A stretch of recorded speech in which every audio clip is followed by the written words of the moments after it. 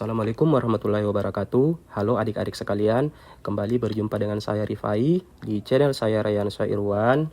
Dan tentunya pada kesempatan ini kita akan sama-sama belajar kembali. Materinya apa? Yaitu materi tentang Kingdom Monera. Materi Kingdom Monera merupakan materi IPA kelas 7 semester 1. Oke, adik-adik sekalian yang sudah tidak sabar tentunya untuk belajar, bagaimana sih ciri-ciri dari Kingdom Monera itu? Jadi, Monera adalah kelompok makhluk hidup bersel satu atau uniseluler dan bersifat prokariotik. Nah, prokariotik itu apa sih? Prokariotik artinya tidak memiliki membran inti sel ya.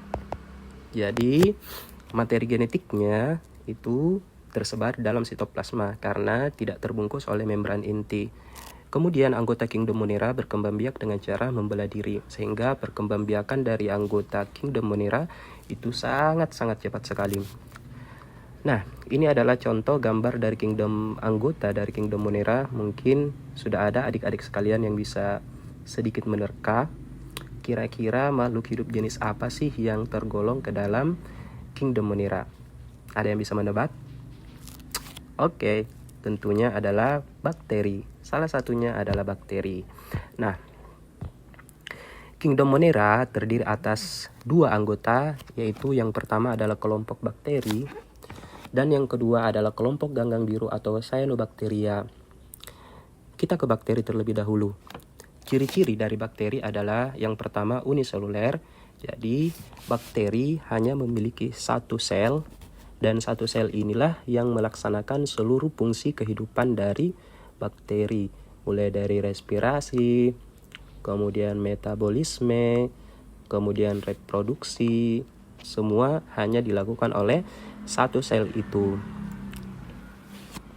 Yang kedua, bakteri bersifat prokariotik, artinya sudah dijelaskan tadi tidak mempunyai membran inti sel. Yang ketiga, bakteri berukuran 1,1 sampai 5 mikron, artinya bakteri memiliki ukuran yang sangat kecil sehingga sangat mustahil untuk bisa dilihat oleh mata secara langsung. Kecuali kalau adik-adik sekalian menggunakan alat yang disebut dengan mikroskop. Yang keempat, ciri dari bakteri adalah kosmopolitan, artinya bakteri bisa hidup di mana saja atau bisa hidup di mana saja ya. Mau di gunung, mau di salju, mau di padang pasir, semua bisa ditempati oleh bakteri. Yang kelima, ada yang parasit, ada juga yang menguntungkan. Tapi umumnya bakteri itu sebagian besarnya menguntungkan loh untuk manusia. Yang keenam, dapat hidup di lingkungan yang ekstrim. Lingkungan ekstrim itu seperti apa sih? Misalnya di gunung berapi, ya, atau laut yang kadar garamnya tinggi sekali, atau di daerah yang bersulfur atau kadar belerangnya tinggi. Bakteri bisa hidup di tempat seperti itu. Yang ketujuh, reproduksi dari bakteri itu terjadi secara seksual dan juga bisa terjadi secara aseksual. Secara seksual artinya secara kawin ya. Dan aseksual itu secara tidak kawin atau vegetatif. Kemudian ganggang biru. Nah, ganggang biru ini adalah satu-satunya jenis ganggang yang masuk ke dalam Kingdom Monera. Yang lainnya termasuk ke dalam Kingdom Protista. Kok bisa sih? Nah, salah satu hal yang menyebabkan ganggang biru termasuk ke dalam Kingdom Monera adalah karena ganggang biru itu bersifat prokariotik ya. Jadi ciri utama dari anggota Kingdom Monera adalah bersifat prokariotik. Kemudian juga uniseluler. Nah, berkoloni artinya mereka hidup bersama ya dalam satu kelompok atau filamen. Filamen itu berbentuk seperti benang. Yang keempat, memiliki pigmen klorofil. Nah, pigmen klorofil adalah pigmen yang digunakan dalam proses fotosintesis ya. Nah, karena bisa berfotosintesis, makanya ganggang biru bersifat autotrof. Artinya bisa membuat makanannya sendiri ya. Jadi ganggang biru merupakan produsen ya di perairan. Oke, itu kedua anggota dari Kingdom Monera. Selanjutnya kita masuk ke contoh bakteri. Contoh bakteri yang pertama ada Escherichia coli, yaitu bakteri menguntungkan yang hidup di usus manusia yang berfungsi untuk membusukkan sisa-sisa makanan di dalam usus.